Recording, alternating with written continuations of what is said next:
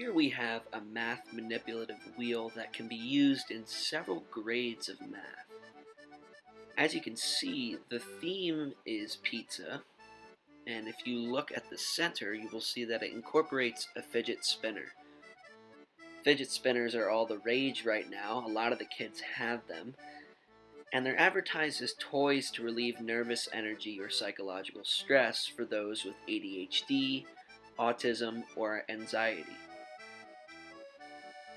Do note that for the purposes of this wheel, I added a pointer stick to the end of the fidget spinner by taping it so that we can determine correctly which slice was chosen. Mathematically, this wheel has a couple functions. We can use this to learn addition, subtraction, multiplication, division, and square roots of perfect squares. The small circles, the pepperonis, have numbers in them. Each number in each slice is colored differently: red, green, gray, or black. Also, each slice corresponds with the slice directly opposite of it. This will come into play as I will explain in the tutorials. Finally, also note that we will always put the higher number first when solving these problems. For practicing addition, there are two things we can do. The first thing we can do is spin the fidget spinner, and while it is spinning, we can call on someone in the class to pick two colors. So I call on Johnny and he picks red and gray. We wait for it to stop, and it stops on the slice with the square root of 9. So we said red and gray. So the red number is 3 and the gray number is 15. So we would add the 2 and we would get 18. The second thing we can do is use corresponding slices, so the one opposite from that. So let's say we spin it and it lands on the square root of 9. Before it lands, we call on a student to pick one color. So let's say Sophia picks black.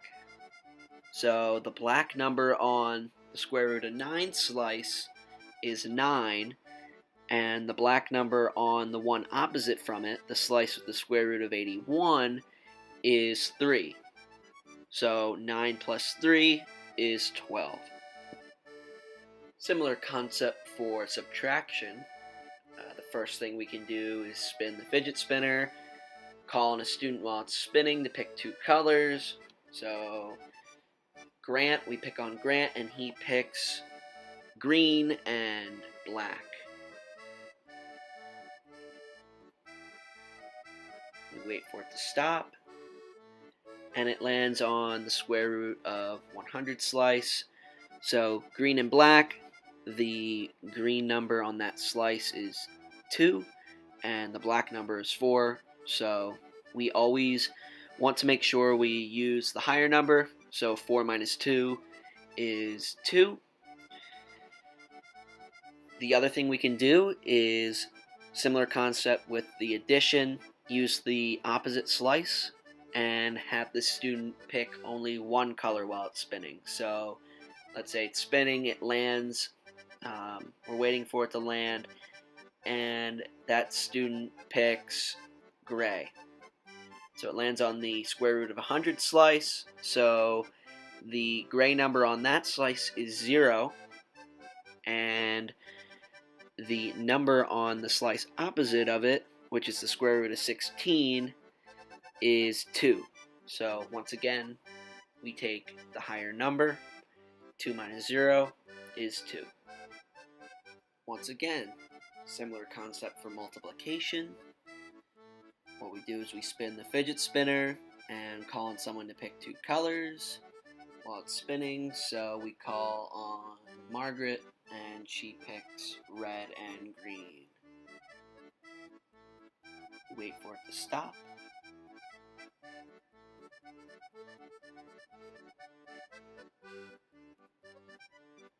And it stops on the square root of 49, so red and green. the numbers are 6 and 0. 6 times 0 is 0. Similarly, we can take the opposite slice. So we call in a student. Ryan chooses one color and he chooses black. So if it lands on the square root of 49, the black number is 1, and then the corresponding black number on the opposite slice, the square root of 1 slice, is 7, so 7 times 1 is 7. Now, practicing division on this wheel is a little different. It's not as versatile as addition, subtraction, and multiplication because with some of the pairings we would not get whole numbers and might be dealing with some irrational numbers.